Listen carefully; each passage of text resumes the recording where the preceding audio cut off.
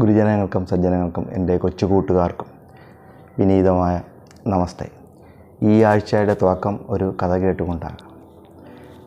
വിക്രമപുരം എന്ന രാജ്യം ഭരിച്ചിരുന്നത് വിക്രമസിംഹൻ എന്ന രാജാവായിരുന്നു. രാജകുമാരനായിട്ട് ജനിച്ചതുകൊണ്ടും ഉപജാപവൃന്ദത്തിൻ്റെ അനുഗ്രഹം കൊണ്ടും മാത്രം രാജാവായ യുവരാജാവായിരുന്നു വിക്രമസിംഹൻ. തൻ്റെ പൂർവികരായിട്ട് നൽകിയ രാജ്യം വികസിപ്പിക്കുന്നതിനോ എന്തിന് അതിൻ്റെ അതിരുകൾ സംരക്ഷിക്കുന്നതിനോ പോലും പ്രാപ്തനായിരുന്നില്ല മഹാരാജാവ്. തൻ്റെ പാവപ്പെട്ട പ്രജകളുടെ വാഗ്ദാനങ്ങൾ നൽകി പറ്റിക്കുകയും അധ്വാനിക്കുന്ന പ്രജകളിൽ നിന്നും കൂടുതൽ നികുതി ഈടാക്കി തൻ്റെ കുടുംബവും സുഖലോലുപമായി ജീവിക്കുക എന്നത് മാത്രമായിരുന്നു രാജാവിൻ്റെ ഭരണം. കാലക്കേട് കൊണ്ടാവാം അദ്ദേഹത്തിന് ചുറ്റുമുള്ള പല നാട്ടുരാജ്യങ്ങളിലും രാജാക്കന്മാരും ഇതേ രീതി തന്നെയായിരുന്നു. അങ്ങനെയിരിക്കെ ഉപജാപക വൃന്ദങ്ങളും സ്തുതിപാഠകരും കൂടി പ്രേരിപ്പിച്ച് ഒരു അശ്വമേധ യാഗം നടത്തുവാനായി രാജാവ് തീരുമാനിച്ചു. തൻ്റെ അശ്വം തെക്ക് കിഴക്ക് ദേശങ്ങളിലേക്ക് പലായനം ചെയ്തു. 98ഓളം നാട്ടുരാജ്യങ്ങൾ അദ്ദേഹത്തിൻ്റെ മേൽക്കോയ്മ സ്വീകരിച്ചു. കിഴക്ക് നിന്ന് വടക്ക് ഇന്ദ്രപുരി ദേശത്തേക്ക്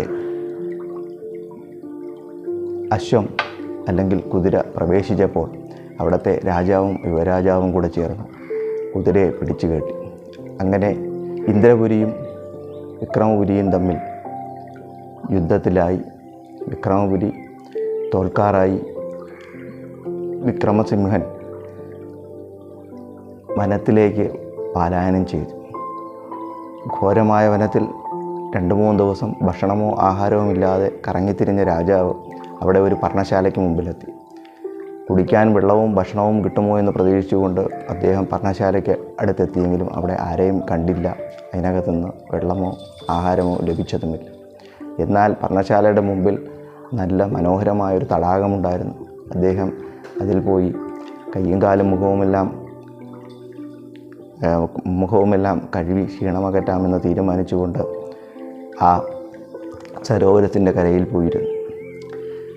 അവിടെ ഇരുന്നപ്പോൾ നല്ല ദാഹവും വിശപ്പുമുണ്ട്. എന്തെങ്കിലും ഭക്ഷിക്കുവാൻ കിട്ടിയിരുന്നെങ്കിൽ എന്ന് അദ്ദേഹം മനസ്സിൽ ആലോചിച്ചതേ ഉള്ളൂ. ഉടനെ അദ്ദേഹത്തിനെ അത്ഭുതപ്പെടുത്തിക്കൊണ്ട് രാജകീയമായ വിഭവങ്ങളോടുകൂടിയും പഴച്ചാറോടുകൂടിയും എല്ലാമുള്ള ഒരു വലിയ സദ്യ തന്നെ അവിടെ ഉണ്ടായി. അദ്ദേഹം ക്ഷീണിതനും വിശപ്പും സഹിക്കാൻ വയ്യാതെ വയറ് നിറച്ച് ആഹാരം കഴിച്ചു. അപ്പോൾ അദ്ദേഹത്തിൻ്റെ ക്ഷീണം ഒന്ന് മാറ്റണമെന്ന ആഗ്രഹമായി. എനിക്കൊരു ശയ്യ ഇവിടെ കിട്ടിയിരുന്നെങ്കിൽ എന്ന് ആഗ്രഹിച്ചു. ഉടനെ തന്നെ ഒരു ചപ്രമഞ്ച കട്ടിൽ തന്നെ അവിടെ പ്രത്യക്ഷപ്പെട്ടു. അദ്ദേഹം ഈ കട്ടിലിൽ കിടന്നുകൊണ്ട് ക്ഷീണം ക്രമേണ മാറി വന്നപ്പോൾ അദ്ദേഹം മനസ്സിൽ ആഗ്രഹിച്ചു, എനിക്ക് കുറച്ച് പടയാളികൾ കിട്ടിയെങ്കിൽ ഞാൻ തീർച്ചയായിട്ടും യുദ്ധം ചെയ്ത് എൻ്റെ നഷ്ടപ്പെട്ട രാജ്യം ഞാൻ തിരിച്ചു പിടിച്ചേനെ. ഉടനെ തന്നെ അത്ഭുതപ്പെടുത്തിക്കൊണ്ട് സർവസജ്ജരായ സൈനിക വ്യൂഹം തന്നെ അവിടെ പ്രത്യക്ഷപ്പെട്ടു. രാജാവ് അവയെ ഉപയോഗിച്ചുകൊണ്ട് തൻ്റെ നഷ്ടപ്പെട്ട വിക്രമപുരം തിരിച്ചു പിടിച്ചു. അങ്ങനെ വീണ്ടും രാജാവായി കഴിയുമ്പോഴും സ്വപ്നം പോലെ ഈ നടന്ന കാര്യങ്ങളെല്ലാം അദ്ദേഹത്തിൻ്റെ കൂടെ ഓർമ്മയിൽ വരുമായിരുന്നു. അങ്ങനെ ഒരു ദിവസം വീണ്ടും ഈ പർണശാല സന്ദർശിക്കണമെന്ന് രാജാവ് തീരുമാനിക്കുകയും അദ്ദേഹം അതിനായി പുറപ്പെടുകയും ചെയ്തു. ഇപ്രാവശ്യം അദ്ദേഹം പർണശാലയിലെത്തിയപ്പോൾ കണ്ടത് അവിടെ ഒരു സന്യാസി വര്യനെയാണ്. രാജാവെന്നാണെന്ന് മനസ്സിലാക്കിയ സന്യാസി വര്യൻ യഥാവിധം അദ്ദേഹത്തിനെ സ്വീകരിച്ചു. അവരുടെ സംഭാഷണ മധ്യേ ഈ നടന്ന കാര്യങ്ങളെല്ലാം രാജാവ് സന്യാസി വര്യനോട് പറഞ്ഞു. സന്യാസി വര്യൻ പറഞ്ഞു, പ്രഭോ, ഈ കാണുന്ന ആശ്രമവും പരിസരവും എല്ലാ സാധനങ്ങളും ആശ്രമത്തിൻ്റെ അധീനതയിലുള്ളതാണ്. ധർമ്മത്തെ അടിസ്ഥാനമാക്കി എന്തു ചോദിച്ചാലും നൽകുവാൻ കഴിവുള്ള ദിവ്യത്വമുള്ളൊരു സരോവരമാണ് ഇത്. അപ്പോൾ രാജാവ് ചെറുതായി ചിരിച്ചുകൊണ്ട് പറഞ്ഞു, ഇത്രയും ദിവ്യത്വമുള്ളൊരു തടാകം സരോവരം അങ്ങേക്കുള്ളപ്പോഴാണോ അങ്ങേ ഈ കാട്ടിൽ വന്ന് ഇങ്ങനെ ഒറ്റയ്ക്ക് തപസ് ചെയ്ത് കളയുന്നത്? അങ്ങേക്ക് ഇതിനോട് ചോദിച്ചാൽ ഇത് തരാത്തതായി ഒന്നുമില്ലല്ലോ. അങ്ങേക്ക് ഒരു രാജ്യം തന്നെ ചോദിച്ചുകൂടെ? എന്നിട്ട് രാജാവായി അവിടെ സുഖമായി വാഴാമായിരുന്നല്ലോ എന്ന് പറഞ്ഞു.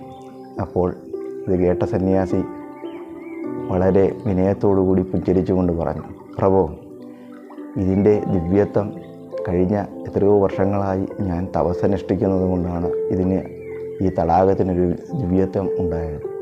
എന്നാണോ ഞാൻ തപസ് അവസാനിപ്പിക്കുന്നത് അന്നിതിൻ്റെ ദിവ്യശക്തി എല്ലാം അപ്രത്യക്ഷമാകും. ഇതെല്ലാം നശിച്ച് അതൊരു സാധാരണ കുളം ആയി മാറും എന്ന് പറഞ്ഞു. ഭാരതത്തിലും ഇതുപോലെ സർവസംഘ പരിത്യാഗികളായ നേതാക്കളും അവയെ സൃഷ്ടിക്കുന്ന പ്രസ്ഥാനങ്ങളുമുണ്ട്. അവരുടെ താപസ ശക്തി കൊണ്ടാണ് ഭാരതം ഇന്നും ഭാരതമായി നിലനിൽക്കുന്നത്. എപ്പോഴാണോ ധർമ്മത്തിന് ച്യുതി സംഭവിക്കുന്നത് ആ സമയങ്ങളിലെല്ലാം യഥാവിധം വേണ്ട കാര്യങ്ങൾ ആ പ്രസ്ഥാനവും ആ നേതാക്കളും നോക്കിക്കൊള്ളും. അവരിലാണ് ഭാരതത്തിൻ്റെ ആത്മാവ്. രാജ്യസ്നേഹികളായ നാം ഓരോരുത്തരും നമ്മളുടെ കൈയും മൈയും മറന്ന് അവരെ സഹായിക്കുക എന്നുള്ളത് മാത്രമാണ് ഏതൊരു രാജ്യസ്നേഹി ചെയ്യേണ്ടത്. അവരുള്ളിടത്തോളം കാലം ഭാരതമായി തന്നെ നിലനിൽക്കും. മറ്റൊരു കഥയുമായി ഞാൻ വീണ്ടും നിങ്ങളെ കാണുന്നതുവരെ രാകേഷ് ചീമര വിടവാങ്ങുന്നു. സ്വസ്തി പ്രജാഭ്യ പരിപാലയാന്താം ന്യായേണ മാർഗേണ മഹിം മഹേഷ ബ്രഹ്മണേഭ്യോ സുഖമസ്തു നിത്യം. ലോകാ സമസ്താ സുഖിനോ ഭവന്തു.